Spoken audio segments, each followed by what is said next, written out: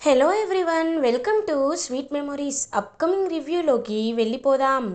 అమర్ అంజుని రణ్వీర్తో పంపించేసిన తర్వాత తన రూమ్లోకి వచ్చి డీప్గా ఆలోచించుకుంటూ ఉంటాడు.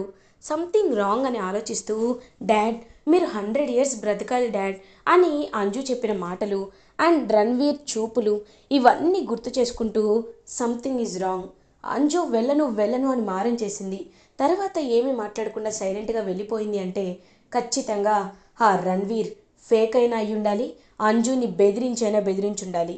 నేను ఖచ్చితంగా అంజుని వెనక్కి తెచ్చుకోవాలి అని ఇంక వెంటనే అమర్ అయితే పరుగు పరుగున రాథోడ్ దగ్గరికి వెళ్తాడు. రాథోడ్ కార్ కీస్ ఇవ్వు అని అంటారు. ఎందుకు సార్ అని అడుగుతారు. ఇవ్వమంటున్నాను కదా అని చెప్పి ఇంక వెంటనే కార్ కీస్ అయితే తీసుకొని స్పీడ్గా ఫాస్ట్గా కార్ డ్రైవ్ చేస్తూ రణ్వీర్ వాళ్ళు వెళ్ళే ఎయిర్పోర్ట్ రూట్లో బయలుదేరుతారు. అమర్ అదంతా చూస్తూ మనోహరి ఒక్కసారిగా షాక్ అయిపోతుంది. బాగి ఏమో చాలా క్యూరియస్గా చూస్తూ ఉంటుంది. ఇది ఇలా ఉండగా రణ్వీర్ అండ్ లాయర్ అంజుని తీసుకొని కారులో వెళ్తూ ఉంటారు. లాయరు, నిజంగా చాలా సంతోషంగా ఉంది లాయరు, నా పని అయిపోయాక ఫుల్ పేమెంట్ చేసేస్తా అని అంజు వైపు చూస్తూ ఉంటారు. రణ్వీర్, చిన్నపిల్ల రణ్వీర్ అని అంటారు. హే, సైలెంట్గా ఉండు, పిల్లకి ఇప్పుడే డౌట్ వస్తే అసలే దేశముదురు కారులోని దూకేస్తుంది. అప్పుడు అది పోతే మనకి ఇంకే అవసరం ఉండదు, అసలు తనతో యూజే ఉండదు, సైలెంట్గా ఉండు అని చెప్పి ఇంకా అలా చెప్పేసరికి అమరేమో వాళ్ళ కార్ దగ్గరికి వస్తూ హార్న్ కొడుతూ ఉంటారు. లాయరు, అమర్ వచ్చారు అని అంటారు. సరే సరే కార్ ఆపుదామా అని అంటారు. లేదు లేదు, కార్ ఆపితే దొరికిపోవాలి, వెళ్ళిపోదాం అని చెప్పి వెళ్తూ ఉంటే ఒక్కసారిగా రణ్వీర్ కార్ని ఓవర్టేక్ చేస్తాడు అమర్. చేసి ఇంకా వెంటనే కార్ హార్న్ కొడుతుంటే వినిపించట్లేదా నీకు అని అంటారు అమర్. ఒక్కసారిగా రణ్వీర్ అంటే మీరు అనుకోలేదు అమరేంద్ర, ఏంటి ఇలా వచ్చారు, పాప వస్తువు ఏదైనా ఉండిపోయిందా అని అడుగుతారు. లేదు, అంజుని తీసుకువెళ్ళడానికి వచ్చాను, అంజు రా అని బ్యాగ్ తీసుకొని బయటకు వస్తారు అమర్. అంజు చాలా హ్యాపీగా ఫీల్ అవుతుంది. ఏంటి రణ్వీర్, ఏంటేం మాట్లాడట్లేదు అని లాయర్ అనగానే, ఏంటి ఏం చేస్తున్నారు అమరేంద్ర మీరు, నా కూతుర్ని మీరెందుకు తీసుకెళ్తున్నారు అని అడుగుతారు. చూడండి, మీరు అంజు ఫాదర్ అని ప్రూఫ్ ఏంటి అని అడుగుతారు అమర్. ఒక్కసారిగా రణ్వీర్, ఏంటి ఎక్కువ మాట్లాడుతున్నారు, తను నా కన్న కూతురని చెప్తున్నాను కదా, ప్రూఫ్లు అడుగుతున్నారేంటి, నేను చెప్పలేను అని అంటారు రణ్వీర్. చెప్పనప్పుడు పాప నీ కూతురు కాదు, నువ్వు కన్న కూతురు కాదు, కాబట్టి తను హ్యాపీగా సేఫ్గా నా దగ్గరే ఉంటుంది అని అంటారు అమర్. అవునా, అయితే నేను బలవంతంగా అంజుని తీసుకువెళ్తాను అంటే, నేను బలవంతంగా లాక్కు వెళ్ళిపోతే అప్పుడేం చేస్తావు అమరేంద్ర అని అంటారు రణ్వీర్. అవునా, బలవంతంగా లాక్కెళ్తావా, లాక్కెళ్ళి చూస్తాను, టచ్ చెయ్యి, టచ్ చెయ్యి అంజుని అని అంటారు అమర్. ఒక్కసారిగా ఇంకా అమర్ని చూసి చెమటలు పడుతూ ఉంటాయి రణ్వీర్కి. గడగడ వణికిపోతూ ఉంటాడనమాట రణ్వీర్. ఇంకా లాయర్ వెంటనే, రణ్వీర్ నా మాట విన్ రణ్వీర్, అమర్ కళ్ళు చూసావా ఎలా ఉన్నాయి సింహంలాగా, ఇప్పుడు గనక నువ్వు ఏదైనా తక్కువ చేసావంటే మాత్రం ఖచ్చితంగా నిన్ను చంపేస్తాడు, రా రణ్వీర్ అని అంటారు. నువ్వు ఉండు లాయరు, అంజు నీకు తెలుసు కదా నేనే నీ కన్న తండ్రినని నీకు తెలుసు కదా, ఎందుకు ఎందుకు ఇంకా ఇలా చేస్తున్నావు, రామ్మా వెళ్ళిపోదాం అని అంటారు. నో, నేను రాను, నువ్వు నా కన్న తండ్రి కాదు డాడీ, వీళ్ళు కావాలనే ఇదిగో ఈయన మనోహరి ఆంటీ ఇద్దరు కలిసి మాట్లాడుకొనే ఇదంతా చేశారు అనేసరికి ఒక్కసారిగా కోపం వస్తుందన్నమాట అమర్కి. ఇంక వెంటనే రణ్వీర్ చూస్తూ ఉంటాడు. రణ్వీర్ దగ్గరికి వచ్చి రణ్వీర్ కాలర్ పట్టుకొని ఒక్కటి కొడతాడనమాట అమర్. చూడు, నాకు పూర్తిగా గతం తెలియదు కాబట్టి నీ ఆటలు సాగుతున్నాయి, లేకపోతే చంపేసేవాడిని. ఛీ, ఒక మనిషివా నువ్వు, పసి పిల్లని తీసుకొని ఎక్కడికి రా వెళ్ళాలనుకుంటున్నావు, చూడు నన్నే కాదు నా పిల్లల్ని నా ఫ్యామిలీ జోలికి రావాలి అంటే ఇక్కడ ఉన్నది లెఫ్టినెంట్ జనరల్ అమరేంద్ర వర్మ అనే విషయాన్ని గుర్తుపెట్టుకో, మైండ్ ఇట్. అంజు పద అని చెప్పి ఇంకా అంజుని అలా తీసుకువెళ్ళిపోతాడనమాట అమర్. ఇంకా అలా ఫ్యామిలీ మెంబర్స్ బాగి వాళ్ళందరూ ఎప్పుడెప్పుడు అమర్ ఎక్కడికి వెళ్ళారా, ఎక్కడికి నుండి వస్తున్నారా అని వెయిట్ చేస్తూ ఉంటే అలా అమర్ కార్లో నుండి కిందకి దిగుతారు అంజుతో పాటు. ఒక్కసారిగా ఇంకా బాగి పిల్లలు అందరూ ఏ అని చెప్పి గట్టిగా అరుస్తూ ఉంటే మనోహరి మాత్రం చాలా ఇరిటేటింగ్గా చాలా ఏదో పెద్ద నిజంగా తను మంచి పని చేసినట్లు, మంచి పని ఫ్లాప్ అయినట్టు ఫేస్ పెడుతూ ఉంటుంది. ఇంకా వెంటనే అలా అమర్, బాగి అంజుని లోపలికి తీసుకువెళ్ళు. అంజు ఎవ్వరి దగ్గరికి వెళ్ళదు, తను నా దగ్గర ఉంటుంది, నా పాపగానే పెరుగుతుంది అని గట్టిగా చెప్పి మనోహరి అని పిలుస్తారు. మనోహరి గడగడ వణికిపోతూ ఉంటుంది. నీతో మాట్లాడాలి అని ఆపేస్తారు. ఏంటమర్ అని అంటారు. ఎందుకు మనోహరి, ఎందుకు? నిజాన్ని నా దగ్గర ఎందుకు దాచిపెట్టావు? నువ్వు వాడు కలిసి మాట్లాడుకొనే పాపని పంపించేస్తున్నావా?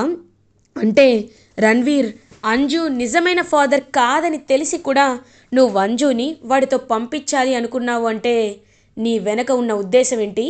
నువ్వు ఆలోచిస్తున్న లాభం ఏంటి? నీకు వాడు ఇస్తానన్న డబ్బులు ఎంత అని అడుగుతారు. ఒక్కసారిగా ఇంకా బాగి రాథోడ్కైతే ఎంతో హ్యాపీగా అనిపిస్తుంది. మనోహరి మైండ్ బ్లాక్ అయిపోతుంది. అమర్, నువ్వు నన్ను తప్పుగా అర్థం చేసుకుంటున్నావు అమర్.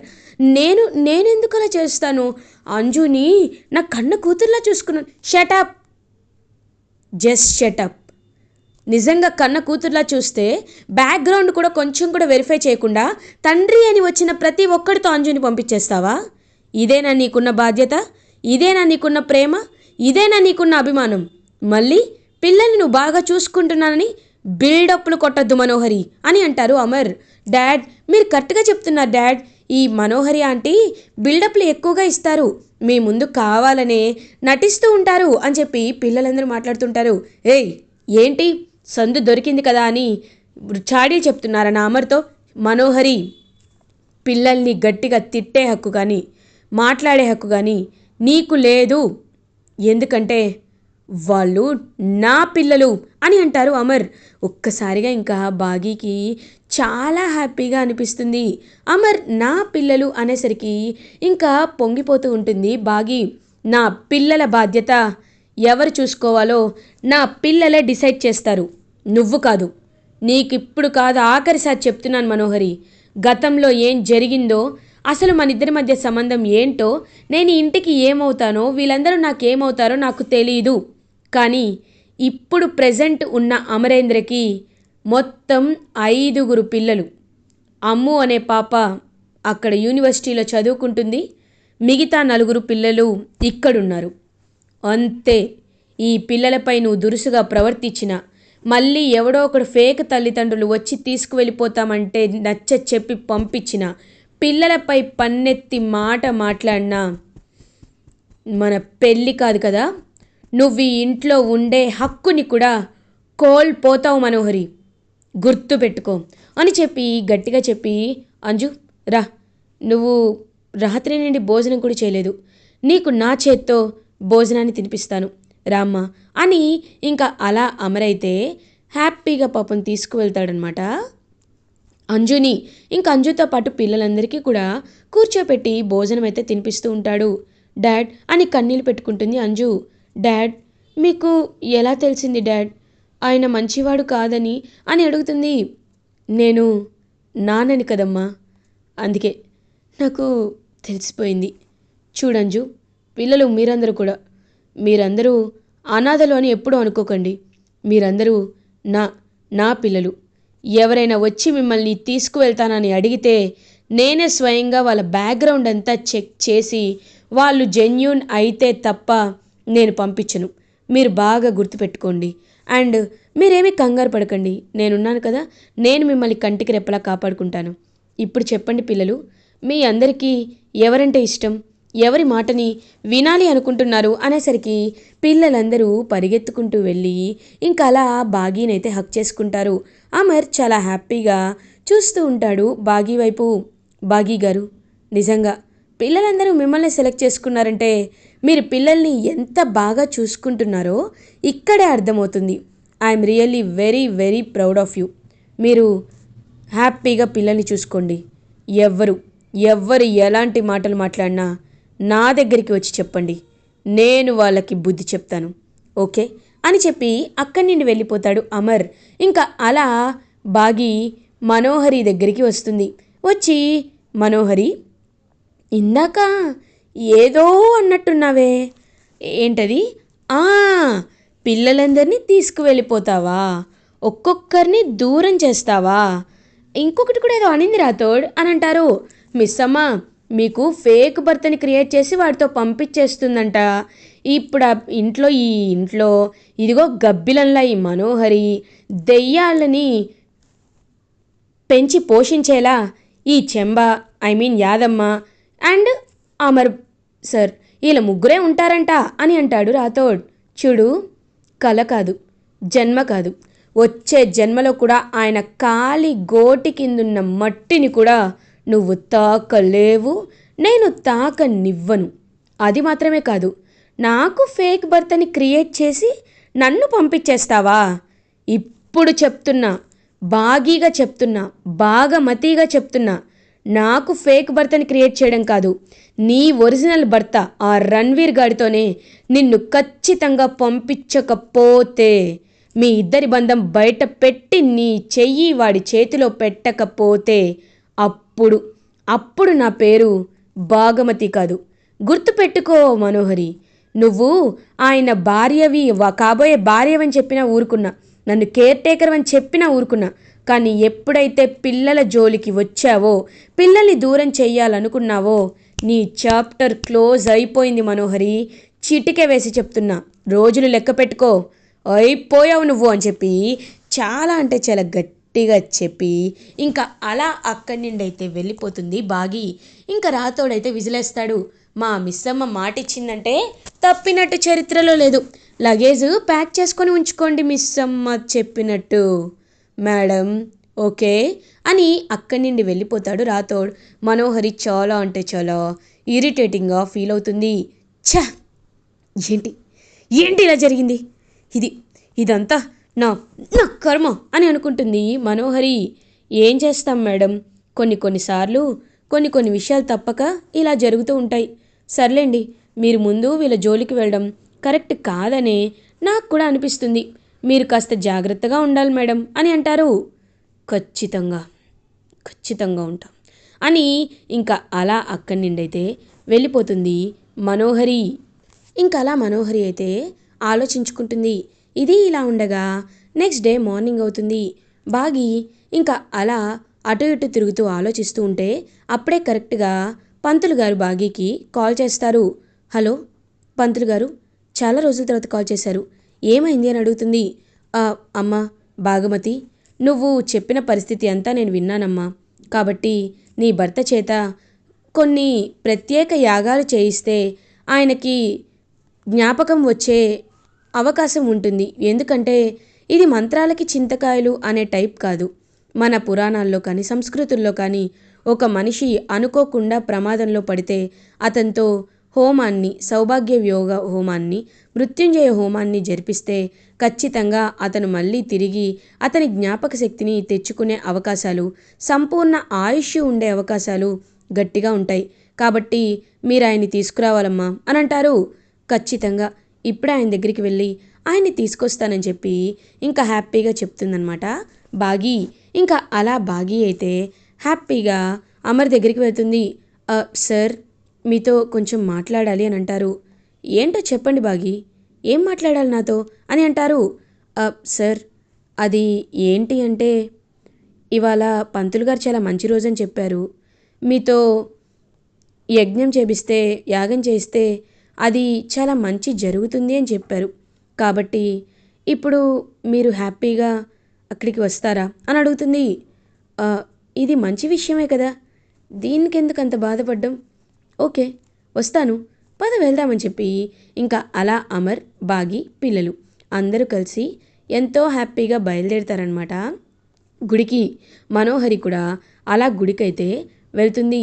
ఇంకా గుడికి వెళ్ళేసరికి ఫ్యామిలీ మెంబర్స్ అందరూ గుడిలో ప్రదక్షిణ చేస్తూ ఉంటే అమర్ అలా చూస్తూ ఉంటారనమాట.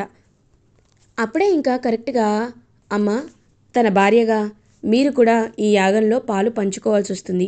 కాబట్టి మీరు పాల్గొనాలి అంటే అది ఖచ్చితంగా ఇలా కొన్ని నియమాలు ఉన్నాయి. మీరు వెంటనే కోనేటికి వెళ్ళి అక్కడ ఉన్న 108 బిందెల నీళ్ళని తీసుకువచ్చి ఆయనకి ఇవ్వండి, ఆయన అభిషేకం చేస్తారు అని అంటారు. ఇంకా వెంటనే బాగి వెళ్తూ ఉంటే, అయినా బాగి ఎందుకు వెళ్తుంది, ఈ మనోహరి కదా వెళ్ళాలి, నన్ను పెళ్లి చేసుకోబోయేది మనోహరి అయితే ఈ బాగి ఎందుకు, ఇంత కష్టపడుతుంది? ఈ బాగి ఎందుకు నా కోసం ఇంత పరితపించిపోతుంది అని అమర్ అయితే ఆలోచనలో పడతారు. అప్పుడే కరెక్ట్గా అదే గుడికి పిల్లల్ని తీసుకొని రాజుగారైతే వస్తారు. రాజుగారు అమర్ని చూసి ఆయనకి ఈ విషయాలేమీ తెలియదు కాబట్టి అమర్ సార్ బాగున్నారా అని అడుగుతారు. "ఆ, నమస్కారం. ఎవరు మీరు అని అంటారు. సార్ మీరు నన్ను గుర్తుపట్టలేదా? నేను సార్ రాజుని, అదే అనాథ శరణాలయం వార్డెన్ని. సార్ మీరు ఈ పిల్లలకి ఎంతో సహాయం చేశారు. మీరు బాగీ మేడం కలిసి బెస్ట్ కపుల్ కాంపిటీషన్లో మాకు ఎంతో సహాయం చేసి 50 లక్షల ప్రైజ్ మనీని మాకు అందేలా చేశారు. ఈ విషయంలో మీకు ఎంత ఎంత థ్యాంక్స్ చెప్పినా తక్కువే సార్ అనేసరికి ఒక్కసారిగా అమర్ షాక్ అయిపోతారు. ఏంటి బెస్ట్ కపుల్ కాంపిటీషనా? అంటే బాగీ అని అంటారు. అవును సార్, బాగీ మేడం మీరే కదా చేశారు అనేసరికి ఒక్కసారిగా షాక్లో ఉండిపోతారనమాట అమర్. అంటే బాగీ నా భార్య, మరి ఎందుకు తన ఈ విషయాన్ని నా దగ్గర దాచిపెట్టింది అని ఇంకా అలా షాక్లో ఉండిపోతారు అమర్. ఇంకా వెంటనే మనోహరి వైపు చూస్తూ బాగీ వైపు చూస్తూ ఉంటారు. పంతులు గారు, మీరు ఈ పనులు బాగీకే ఎందుకు చెప్పారు అని అడుగుతారు. అదేమిటి బాబు, భాగమతినే మీ భార్య కదా, అందుకే ఎప్పుడైనా భార్యలే చేయాలి అనేసరికి ఒక్కసారిగా షాక్లో ఉండిపోతాడనమాట అమర్. ఇంక వెంటనే మనోహరి దగ్గరికి వెళ్ళి, ఎందుకు మనోహరి, ఎందుకు నాకు అబద్ధం చెప్పావు? ఆల్రెడీ బాగీ నా భార్య అని నాకు తెలిసిపోయింది. నువ్వు ఇంకా అబద్ధాలు చెప్పడానికి ట్రై చేయొద్దు అని ఇంకా మనోహరిని బాగా అసహించుకొని బాగీ నుదుటిన కుంకుమ పెడతారు అమర్. ఇంకా బాగీ ఒక్కసారిగా అమర్ తన్ని భార్యగా రికగ్నైజ్ చేసినందుకు చాలా అంటే చాలా హ్యాపీగా ఫీల్ అవుతుంది. అలా దైవ సన్నిధిలో బాగీ తన భార్య అని తెలుసుకుంటారు అమర్. ఇలా ఎపిసోడ్ ఎండ్ అవుతుంది. ఫర్దర్ ఎపిసోడ్ రివ్యూస్ ముందుగా మీకు కావాలి అనుకుంటే మా ఛానల్ని సబ్స్క్రైబ్ చేసుకోండి. Thanks for watching.